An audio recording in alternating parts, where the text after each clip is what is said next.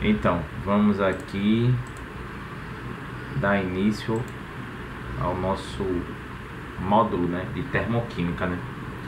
Então, termoquímica, em termos assim de química em si, ela vai se preocupar em estudar os processos de transferência de energia entre corpos, né, e entre sistemas, né, por meio de reações químicas. Na verdade, eu poderia até dizer a vocês que a termoquímica nada mais é que uma aplicação da termodinâmica, né? Termodinâmica é um ramo da física que procura entender os processos de transferência de energia, né? Mas de várias maneiras, né? A termoquímica ela vai se preocupar mais com reações químicas, tá ok? Então, assim, a termoquímica ela vai se concentrar nas mudanças de energia, né, de reações químicas. Tem reações químicas que vão liberar energia para o sistema, e tem reações químicas que vão retirar a energia do sistema. Então a gente vai ver cada um desses tópicos aqui também.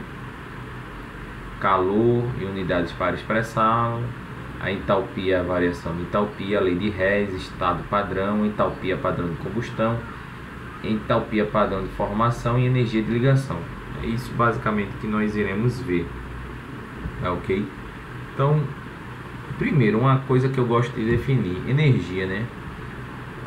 Energia tem várias definições, né?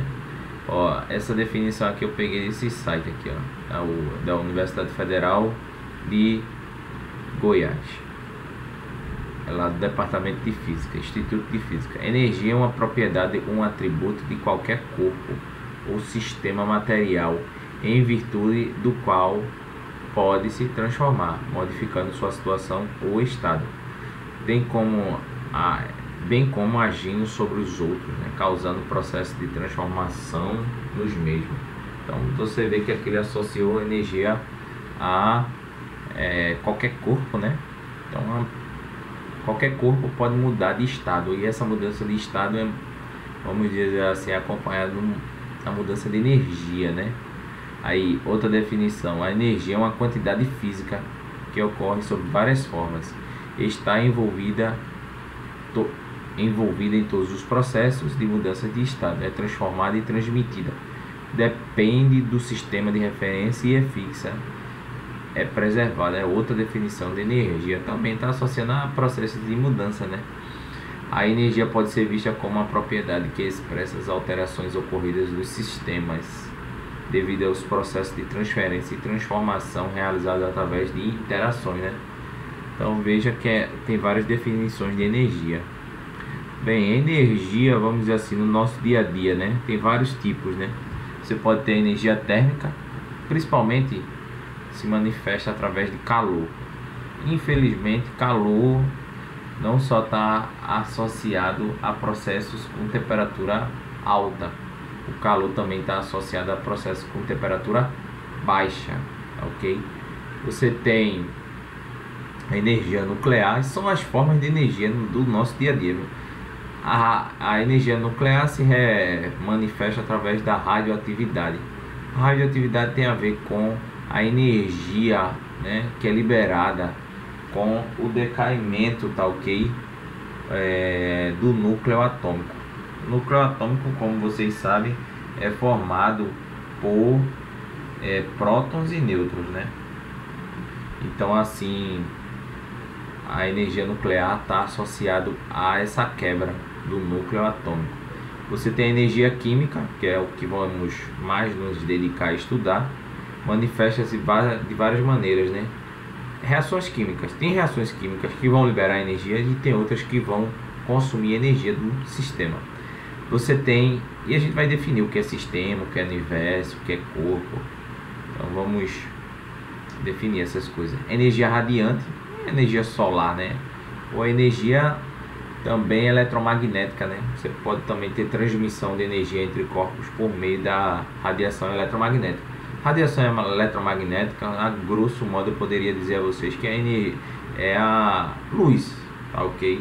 Só que existem outros tipos, né, de radiação eletromagnética. Você tem energia elétrica, tá ok? A energia elétrica está associada ao fluxo de elétrons, né? Aqui eletrões porque é português de Portugal. E radioatividade, ó, tá com C. Em português de Portugal se escreve assim. Energia mecânica manifesta-se sob a forma de movimento. Essa também é interessante porque o movimento dos corpos e a posição dos corpos está associada à energia mecânica, né? Essa pode se manifestando na forma de energia potencial e energia cinética. Então existem vários tipos de energia, viu, gente? Ó, definição aqui. Definição logo. Calor e temperatura. Deixa eu começar logo por temperatura. Temperatura é uma medida de energia cinética das moléculas ou dos átomos individuais. Então, a energia cinética é C. Ela depende de quê? Da velocidade. E velocidade é o que? Movimento, né? Quanto mais velocidade tiver um corpo, mais energia cinética ele tem. Então, quando você pega um átomo ou uma molécula e aquele átomo está muito agitado ou a molécula está muito agitada, você tem uma temperatura alta, como mostrado aqui, ó. Aqui está mostrando 3 termômetros. A mesma substância aqui, tá ok? Vamos entender que fosse água. Aí a água, né? A gente sabe que são moléculas de o que? H2O. Então é um átomo de oxigênio ligado a 2 átomos de hidrogênio. Então isso aqui, ó, são as moléculas de água. Veja, essa água aí tá por volta aí dos 5 graus Celsius, ok? Veja que as moléculas de água têm uma certa agitação, tem. Mas se eu aumentar a temperatura aqui, ó, para 50, deixa eu ver aqui, deixa eu dar uma aumentada aqui. Vamos aumentar aqui. Pronto. Então aqui 50 graus Celsius. Se eu aumentar para 50 graus Celsius aqui, ó, aí deixa eu sair agora. Pronto. 50 graus Celsius. A agitação das moléculas aumenta ainda. Então, se aumenta a agitação, aumenta a velocidade. Então, aumenta a energia cinética. E aqui, ó, a temperatura chegou a mais de 100 graus Celsius. Então, está bem mais agitado, né? Então, você vê que quanto maior a agitação molecular, maior a velocidade dessas moléculas, então maior a temperatura. Então, o que é a temperatura? É uma medida da energia cinética. Ou é uma forma de medir a agitação das moléculas, tá ok? Então, quanto mais agitado é um sistema em termos de átomos e moléculas, maior a sua temperatura. O calor já é diferente. O calor é um tipo de energia cinética total, né, dos átomos e moléculas que compõem uma substância, tá ok? É como se você reunisse, vamos dizer assim, átomos e moléculas no total, né? Porque veja só, aqui na temperatura cada molécula tem um tipo de agitação, tá ok? O calor já é o total, se você reunir todas as energias, né, cinéticas de todas as moléculas, tá ok? Mas na verdade vamos definir uma coisa mais formal. O calor é energia térmica, né, em corpos que estão trocando, estão em contato, vamos dizer assim, não é troca não, estão em contato. Veja, o calor, o conceito de calor, né, é a energia transferida entre 2 corpos, um com temperatura maior e o outro com temperatura menor. É uma lei fundamental da termodinâmica e termoquímica. Um corpo A aqui tem uma temperatura de 50 graus Celsius e um corpo B tem uma temperatura de 10 graus Celsius. O que é que vai ocorrer aqui? Quem tem a maior temperatura vai transferir calor, que é energia, né, para o corpo com menor temperatura, até atingir o equilíbrio térmico. Equilíbrio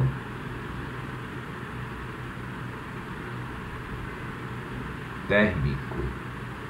Então, quando é que é atingido o equilíbrio térmico? quando os dois corpos tiverem a mesma temperatura. Tá ok? Então, energia, o calor é o que? A energia transferida entre dois corpos ou entre diferentes partes de um mesmo corpo que tem diferentes temperaturas. É denominada calor e energia, tá ok? O fluxo de calor acontece no sentido da maior para a menor temperatura. Sempre é assim. É uma lei fundamental da termodinâmica. Existem três tipos de calor, viu, gente? O calor por condução, convecção e radiação. Vamos ver cada um. Por condução térmica, né? É um processo de propagação do calor no qual a energia térmica passa de partícula para partícula em um meio. Condução do calor através de uma barra de metal. É isso aqui, essa animação. Eu tenho aqui, ó, uma barra de metal. Isso aqui é fogo. Um bico de gás. Bico de Bunsen. Isso aqui é o bico de Bunsen. Então aqui é uma barra de ferro. Então você tem aqui os átomos de ferro, né? Aí veja, calor por condução térmica. Eu coloco aqui, ó, a fonte de calor. E cada molécula aqui vai transferindo energia cinética, ou seja, agitação molecular para cada uma, até a barra se esquentar por total, tá ok? Então você vê que vai ter um lado mais quente e um lado mais frio, porque essa transferência de energia, às vezes, de uma molécula para outra, ou de um átomo para o outro, não é totalmente eficiente, tá ok? Então, veja, no estudo de transferência de calor, condução térmica ou difusão térmica é a transferência de energia térmica entre átomos ou moléculas vizinhas, né? Devido a um gradiente de temperatura. Gradiente de temperatura é quando você tem uma quantidade de temperatura muito grande aqui e uma quantidade de temperatura aqui muito menor. Em outras palavras, é um modo de fenômeno de transferência térmica causada pela diferença de temperatura, né? Lógico, aqui está mais quente, aqui está mais frio. Então, ó, o mais quente vai transferir para o mais frio, tá ok? Aí a gente vai falar agora de convecção, é isso? E radiação térmica. E radiação térmica é outro tipo de calor, tá ok? Só uma coisa que os alunos confundem muito. Deixa eu mostrar aqui antes. Era isso que eu queria mostrar a vocês. Quando a palavra calor está muito associado à temperatura alta, né? Temperatura alta. Mas não é bem assim, hein?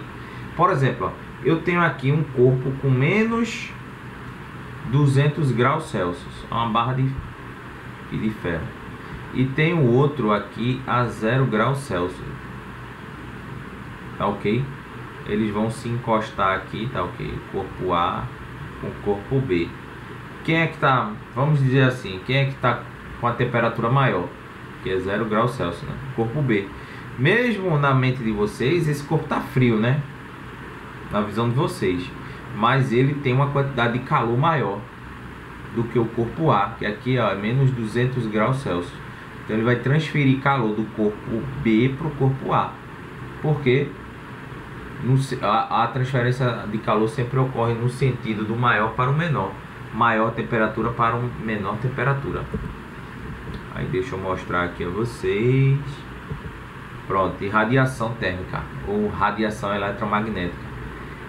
Vê como é que se dá, né, esse tipo de calor. Dá um exemplo bem famoso, o Sol, né? Como é que o Sol aquece a Terra? O Sol emite radiação eletromagnética. A radiação eletromagnética, ela tem fótons. Esses fótons, tá bem? Esses fótons conseguem transferir energia cinética, né, para a nossa atmosfera e para os nossos corpos também. Se ele transfere energia cinética para os nossos corpos, a agitação dos átomos e moléculas da atmosfera e dos nossos corpos vai aumentar, né? Consequentemente, a temperatura vai aumentar também. Uma forma bem conhecida, né, de radiação solar, o Sol, viu, gente? Só para vocês terem noção. Depois eu mostro a vocês o que é espectro eletromagnético. Mas o Sol, ele consegue esquentar nossos corpos devido à radiação infravermelha, principalmente. É um tipo de radiação que a gente conhece mais como calor, né? Tá ok? Mas é calor porque faz com que a temperatura aumente em função da agitação dos átomos e moléculas serem maior. Tá ok? Aí convecção térmica, que é outro tipo, né? Quando uma certa massa de fluido é aquecida, suas moléculas passam a mover-se mais rapidamente, afastando-se em média uma das outras. Como o volume ocupado pela massa fluida aumenta, esta torna-se menos densa. A tendência dessa massa menos densa no interior do fluido como um todo é sofrer um movimento de ascensão, ocupando o lugar das massas, né, do fluido que estão a temperatura inferior. A parte do fluido mais fria, mais densa, move-se para baixo, tornando o lugar que era antes ocupado pelo fluido anterior aquecido. Esse processo repete-se inúmeras vezes, enquanto o aquecimento é mantido, dando origem às chamadas correntes de convecção. São as correntes de convecção que mantêm o fluido em circulação. Exemplo, vamos aqui, ó. O ar quente e ar frio. Relembrando uma coisa aqui, o conceito de densidade. Densidade é o que? Massa dividido por volume. Observe bem, densidade e volume são inversamente proporcionais. Então significa quanto maior a densidade, menor o volume. Quanto menor a densidade, maior o volume. Se um aumenta, o outro diminui. Se um aumenta, o outro diminui. Se um aumenta, o outro diminui. Se a densidade aumenta, o volume diminui. Se a densidade diminui, o volume diminui. São grandezas inversamente proporcionais. Veja só, o ar quente, vamos começar pelo ar frio. O ar frio, ele tem um volume, vamos dizer aqui, de 10. Só que o ar quente, quando há essa passagem do ar frio ao ar quente, há uma expansão de volume. Aí vamos dizer aqui que o ar quente tem um volume de 20. Então vocês estão notando aqui que teve um aumento de volume. Se houve um aumento de volume, o que é que aconteceu? Acontece com a densidade? A densidade diminui. Então veja, aquele exemplo lá do água e óleo ajuda muito a gente entender. Você tem o óleo aqui em cima e a água aqui embaixo, né? Por que o óleo fica aqui em cima? Porque o óleo é menos denso do que a água. Mesma coisa o ar quente, ó. O ar quente, ele nessa sala aqui, ó, tem um ar condicionado. Veja que coisa interessante. Você tem um aquecedor aqui, ó. O aquecedor, aqui já é o exemplo contrário, né? Eu vou falar em termos depois do ar condicionado, mas aqui você tem um aquecedor e o ambiente está muito frio. Esse aquecedor ele vai pegar o ar mais frio. Por que o ar mais frio? O ar mais frio é mais denso, né, do que o ar mais quente. Então, ó, o ar frio fica aqui embaixo, tá ok? Que ele é menos denso. E o ar mais quente fica aqui em cima. Então o que é que o aquecedor faz? Ele joga o ar quente para cima, porque é o mais denso, né? E o ar frio fica aqui embaixo. Se fosse um ar condicionado aqui, ó, vamos imaginar um ar condicionado. O ar frio desce, resfriando todo o ambiente, e o ar quente vai subir, tá ok? Tem essa questão aí. Então a convecção térmica é essa questão do movimento, né, de fluidos, né? Aí veio unidades de calor, né? Na prática, ó, vamos lá, unidades de calor, deixa eu ver aqui a prática. Era para se utilizar o Joule. Por quê? O Joule, que tem símbolo J, porque é energia, né? Energia térmica. Energia térmica é uma forma de energia, gente, pelo amor de Deus. É só isso.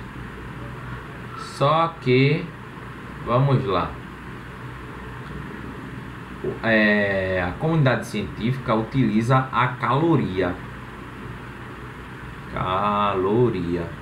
para medir energia térmica. Tem símbolo Cal, tá ok? Na prática é muito usada outra unidade de calor, muito antiga. Caloria ou calórico, né?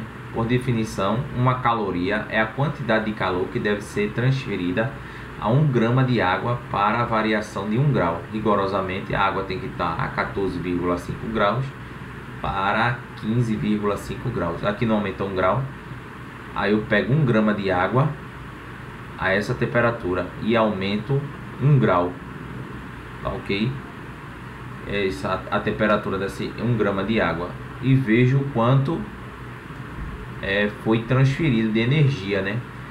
Aí o correto seria o que? Utilizar o Joule, né? Que é 4,18 Joule, que está envolvido nesse processo de 1 grama de água que está a 14,5 graus e para 15,5 graus. Então seria isso. O Joule, só que não é utilizado o Joule, é utilizada a caloria. Então, para você passar de 14,5 graus para 15,5 graus 1 grama de água, é necessário uma caloria, que é igual a 4,18 graus. Tem outras unidades de caloria, tem, né? Tem a quilocaloria, que nada mais é que 1000 calorias, hein? Tem essa aqui, ó, que é o British Thermal Unit, né? Que é o BTU, né? E é utilizado em ar-condicionado. 7.500 BTUs, né? É uma unidade para caracterizar equipamentos e máquinas, hein? Um BTU, ó, são 252,4 calorias ou 1055 joules, ok? Aí veja definições aqui de calor: calor sensível e calor latente, né? O calor latente, o estado da substância é modificado, o estado físico. Eu tenho água, né? Aí qual é o calor necessário para transformar essa água do estado sólido para o estado líquido, ou do estado líquido para o estado gasoso? Isso é o calor latente. Enquanto no calor sensível ele permanece o mesmo. Então veja só, o calor latente está associado com mudanças de estado físico das substâncias, né? E o calor sensível está associado com aumento de temperatura, sem que ocorra mudança de estado físico. Tá ok? Eu tenho água líquida. Essa água está a 20 graus Celsius. Tá ok? E essa água líquida ela vai passar para 40 graus Celsius. É simples assim. Então aqui a mesma água só aumentou a temperatura. Aqui não, tá? O calor latente está associado com mudança de estado físico. Outra diferença entre os dois é a respeito da temperatura, ou seja, o calor latente independe da temperatura do corpo, tá ok? Enquanto o calor sensível a considera. Então vai depender muito da temperatura do corpo, o calor sensível. Já o calor latente independe. Um exemplo de calor latente é o derretimento de um cubo de gelo, ou a evaporação da água, mudança de estado físico, né? Cubo de gelo, derretimento, você estava no estado sólido, foi para o estado líquido. E evaporação da água, você estava no estado líquido, foi para o estado gasoso. Em ambos os casos, a temperatura nos dois estados físicos permanece a mesma.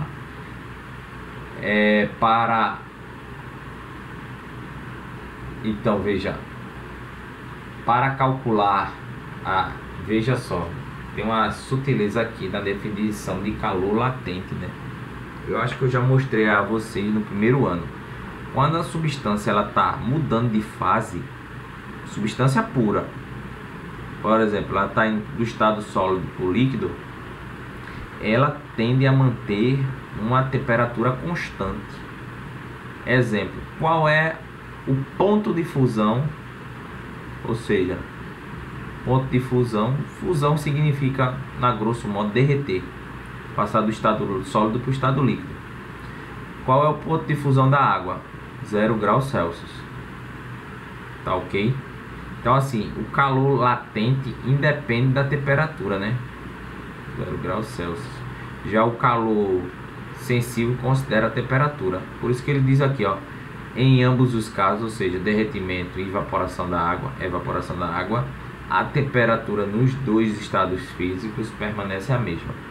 Aí veja, para calcular o calor latente, utiliza-se a seguinte fórmula. Calor latente, né? Aquele calor que depende que vai medir a transformação de estados físicos.